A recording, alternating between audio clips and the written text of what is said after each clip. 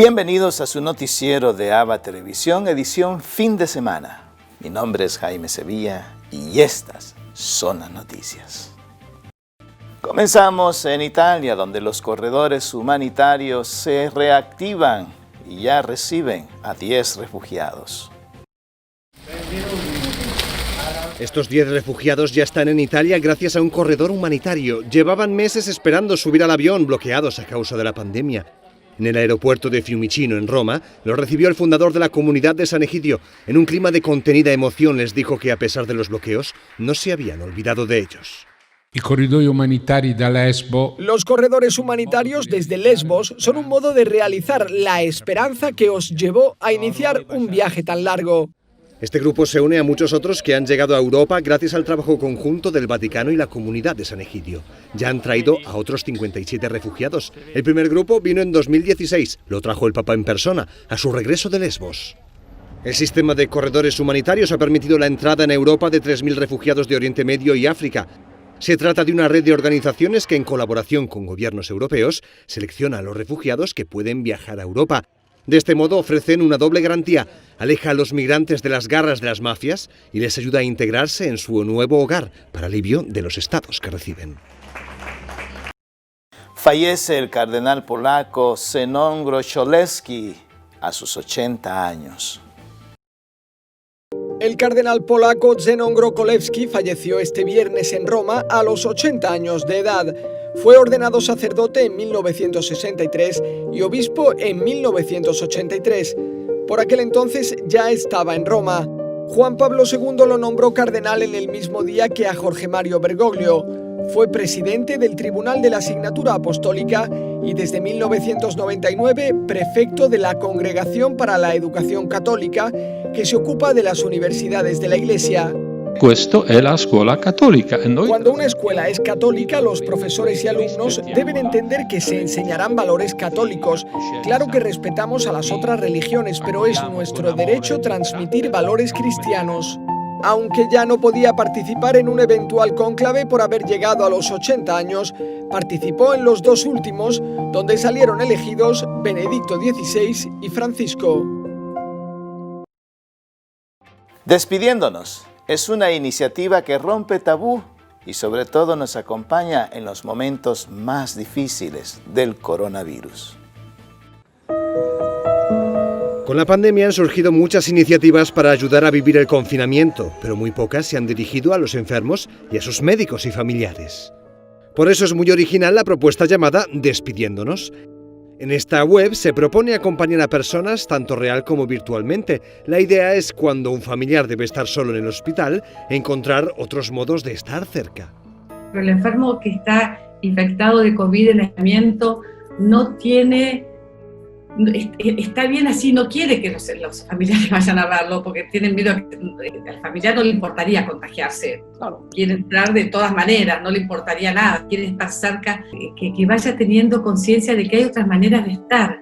Yo creo que esta pandemia nos está regalando que la fuerza del amor, que el amor tiene como esta capacidad de estar cerca.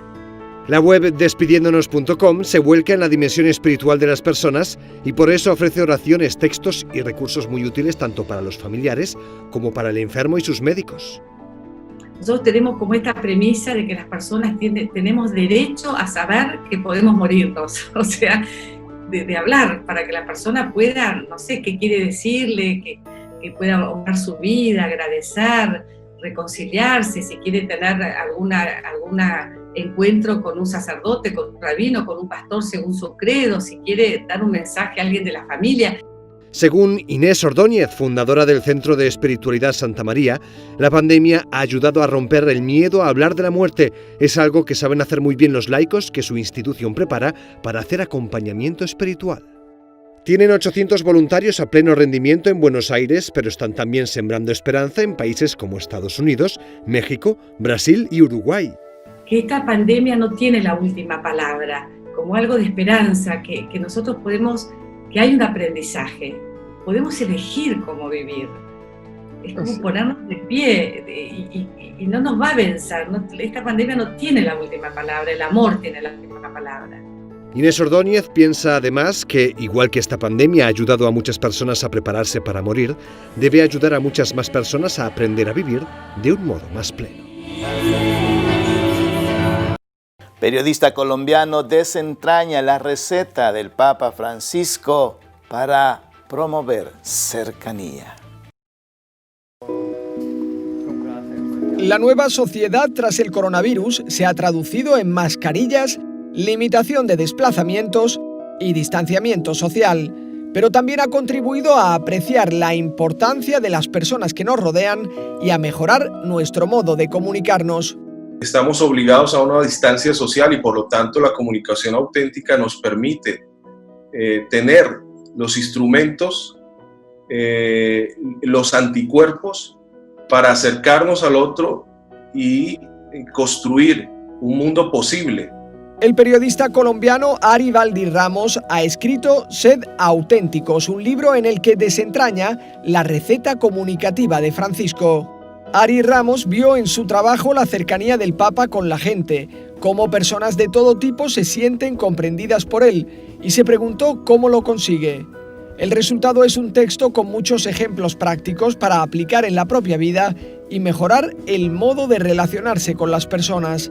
Este libro nace de la necesidad de encontrar en la comunicación auténtica relaciones sanas donde las personas puedan presentarse como son, sin máscaras sociales, y esto permite que la comunicación sea de verdad un salvavidas, un oxígeno en este momento difícil en el cual estamos viviendo como familia humana. La clave está en ser auténticos y buscar construir puentes con quienes tienen opiniones diferentes. Entre los gestos paradigmáticos de este pontificado, Ari Ramos destaca la oración del Papa ante la plaza de San Pedro completamente vacía durante las semanas más duras de la pandemia. Así, Francisco mostró cercanía a quienes no podían estar allí y consiguió no dejar solos a quienes sentían que no tenían a nadie. Y hoy quiero invitarles a que compartan conmigo una reflexión del Evangelio del día. En el Evangelio de hoy seguimos meditando el capítulo 12 de San Mateo. Y el Señor ahora pareciera que tiene una actitud un poco como contraria a nuestra lógica. Los fariseos se confabularon para apresarlo a Él y así darle muerte.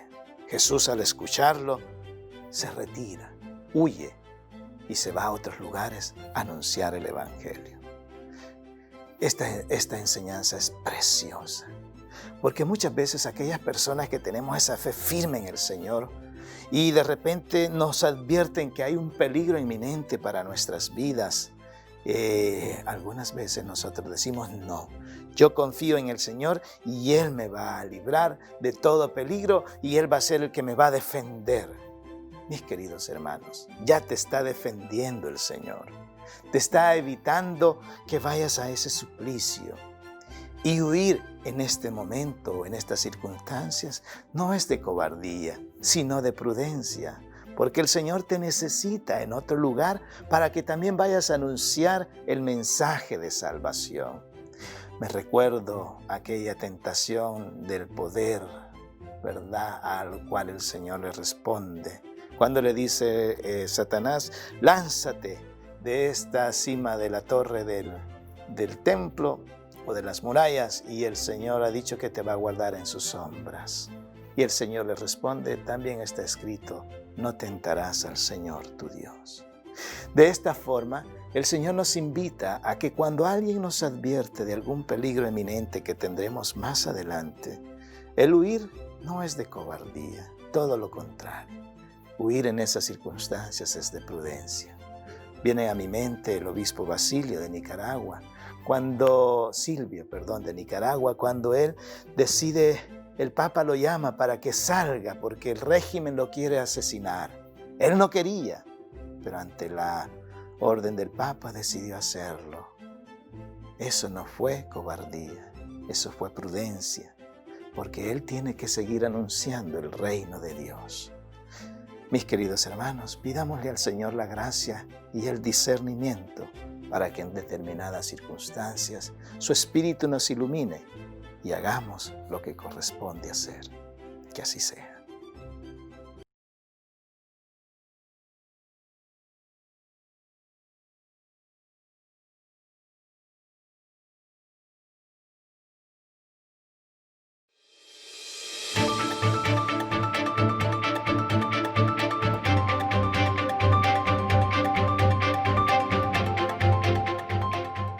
Y ahora nos vamos a Centroamérica, en El Salvador. Les presentamos un resumen de las principales noticias gracias a nuestros amigos de UCA Audiovisuales. El Ministerio de Salud reportó que de 2.483 pruebas realizadas para la detección del COVID-19, se confirmaron 250 casos nuevos, de los cuales 225 son locales y 25 salvadoreños que regresaron al país.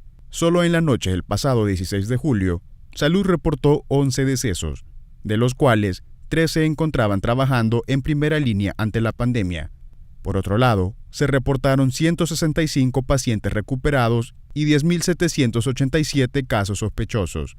A nivel general, se reportan 6.422 casos recuperados, 309 fallecidos, 4.476 casos activos, para un total de 11.207 casos confirmados.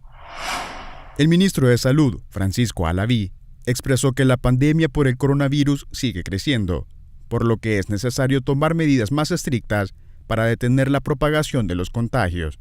Además, en entrevista televisiva, explicó que una de las medidas que ellos están solicitando es la cuarentena nacional, solicitada a la Asamblea Legislativa por el Gobierno de la República.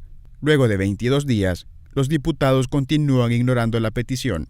El ministro lamentó la falta de apoyo de los diputados para aprobar el régimen de excepción y recordó que, desde la presentación de esa solicitud, en El Salvador se han registrado 5.081 nuevos casos confirmados de COVID-19.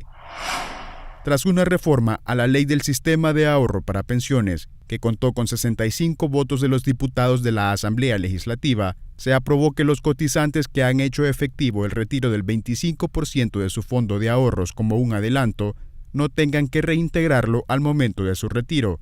Según datos de la Superintendencia del Sistema Financiero, 41.000 personas han hecho uso del adelanto de su fondo de pensiones, de un total de casi 143.000 personas que pueden optar al beneficio aprobado en el pasado.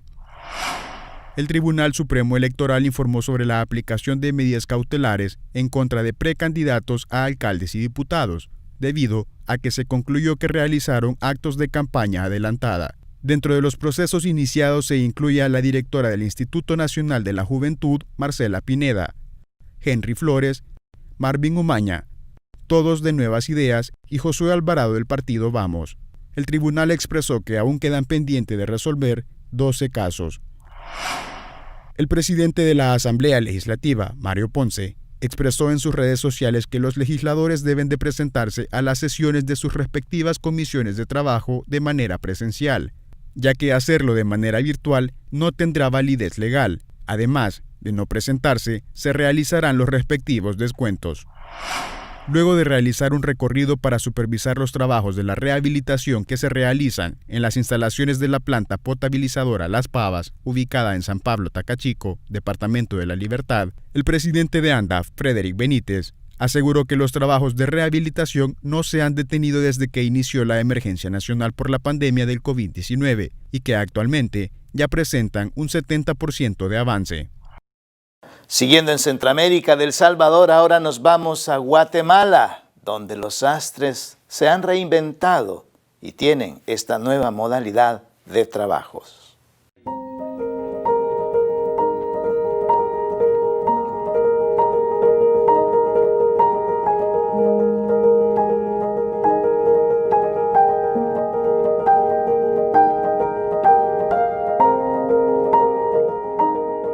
Ya el cliente entra así, por lógica, pues verdad, siempre con la mascarilla. Y también tomamos la temperatura a las personas que vengan, le tomamos la temperatura para ver que podamos seguir atendiéndolos. Para tomarse medidas le buscamos a las personas la prenda que le quede bien, se la tallamos Después se retira y otra vez nos desinfectamos, tanto el cliente como nosotros.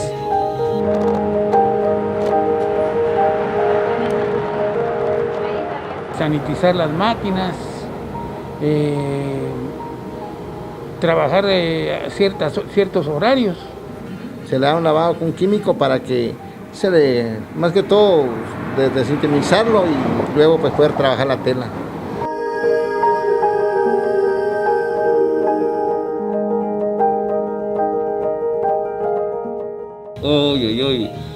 Eso sí, está bastante drástico el bajón. Yo diría que tenemos un 75% de no clientes.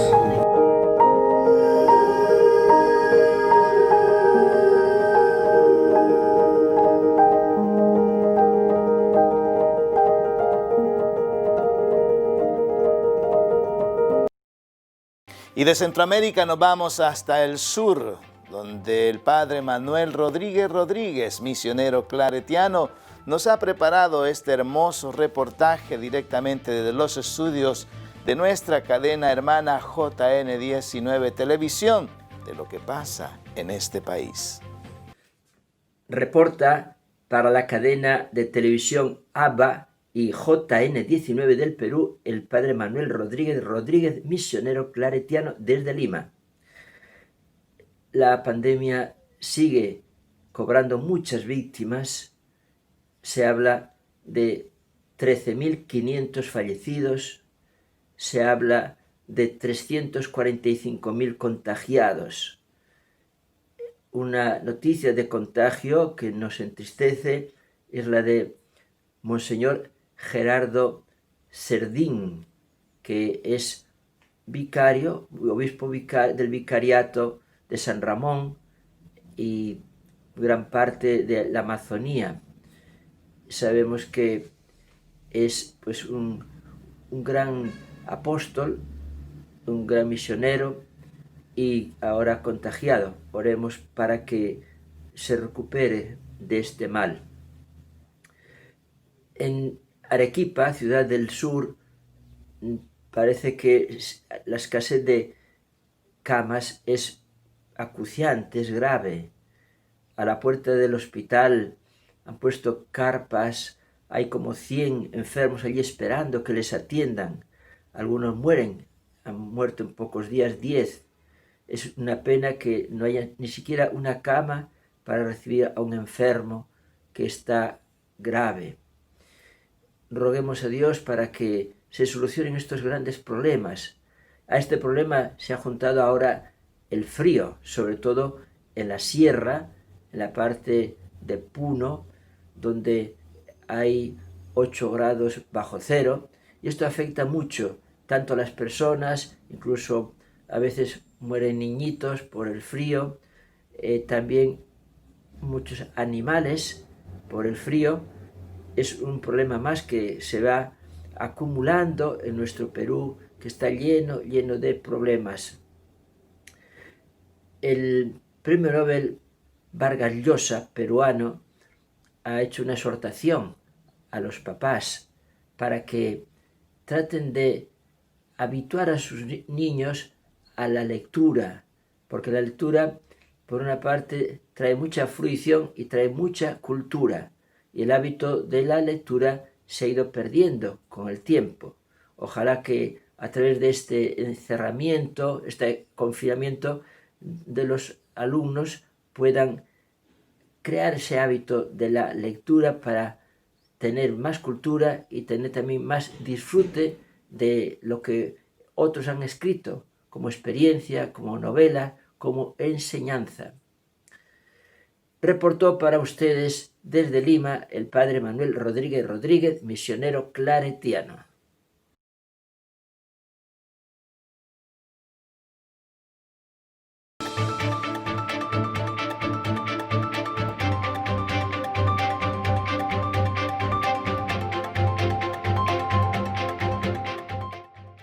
Siguiendo en Sudamérica, los colombianos se preparan para celebrar el Día de la Independencia en medio de la pandemia del coronavirus.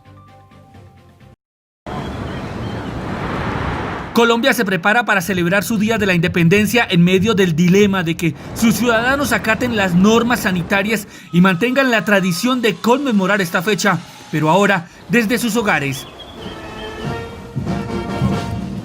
La fuerza pública no estará con su habitual desfile, ya que el país atraviesa por las semanas más difíciles debido al pico de la pandemia de COVID-19. En este 2020, nuestra fuerza pública no estará engalanando con su tradicional desfile militar y policial las calles de pueblos y ciudades de nuestro país.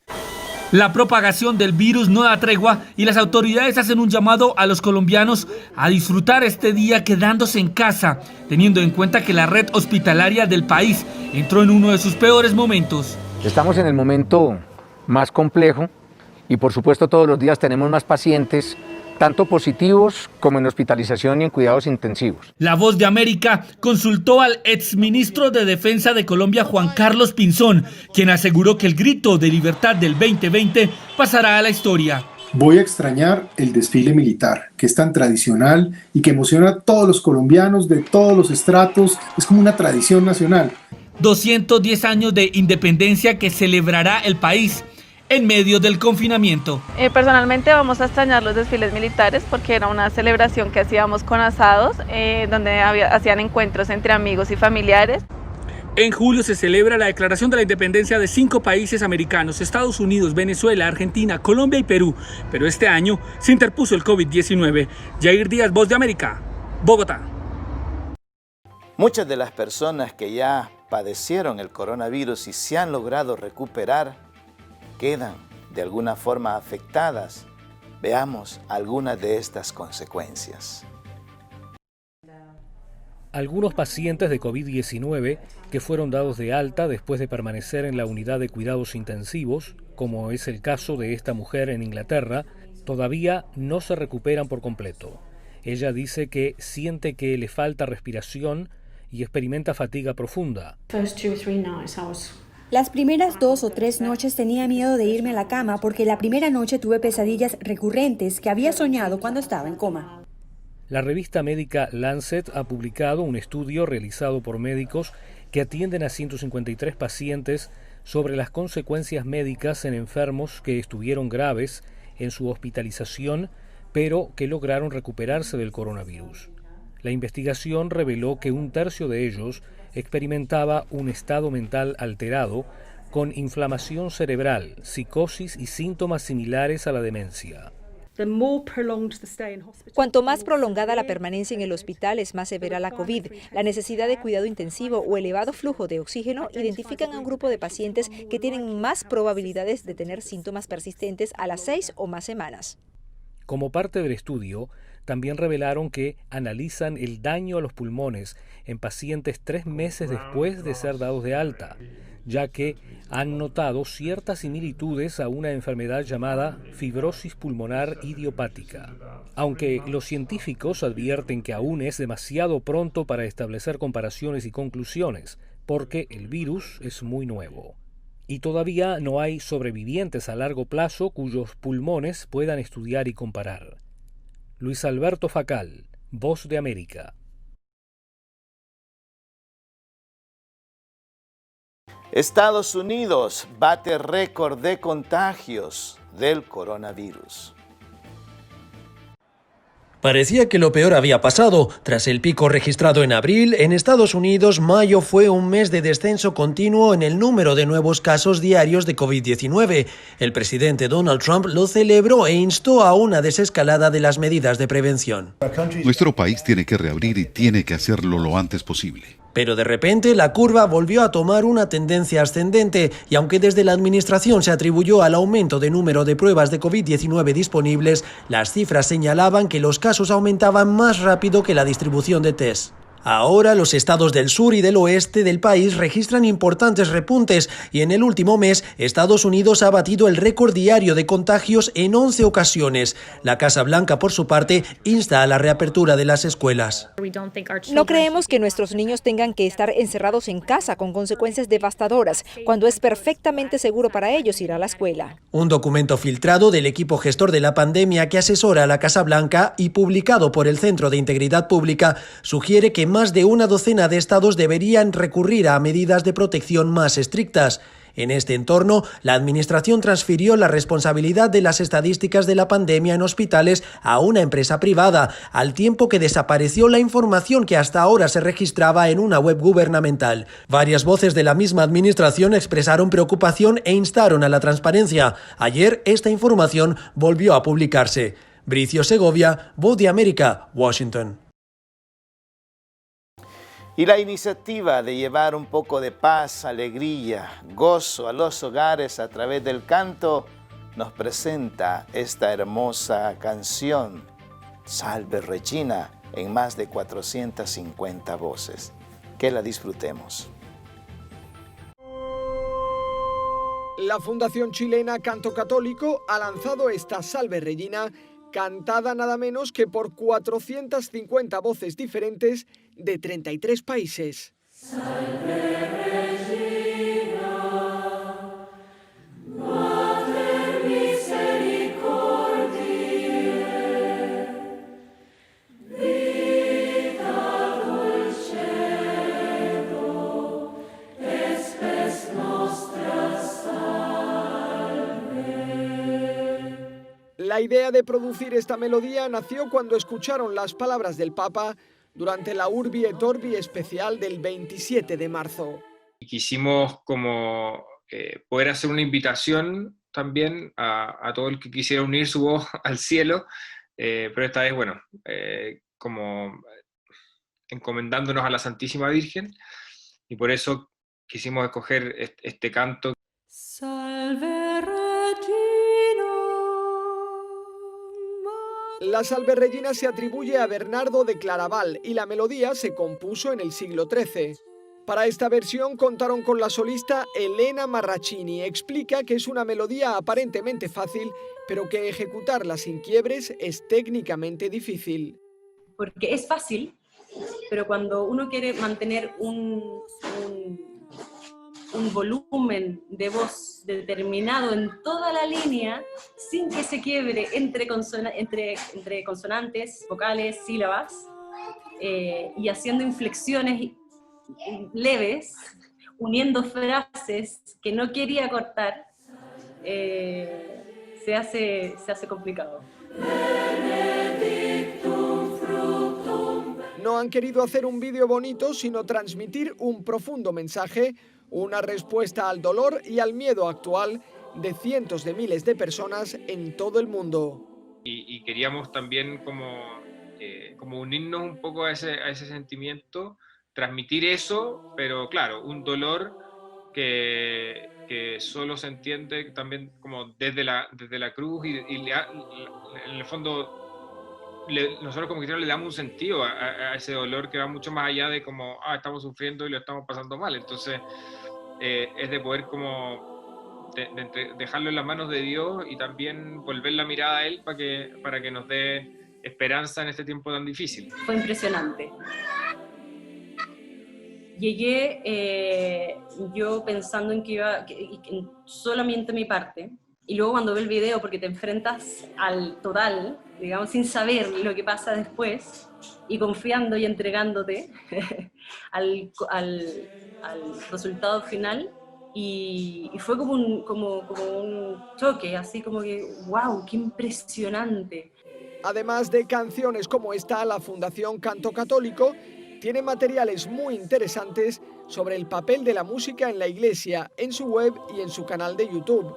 Su idea es ayudar a que las personas se encuentren con Dios a través del canto, en la Iglesia o en las redes sociales.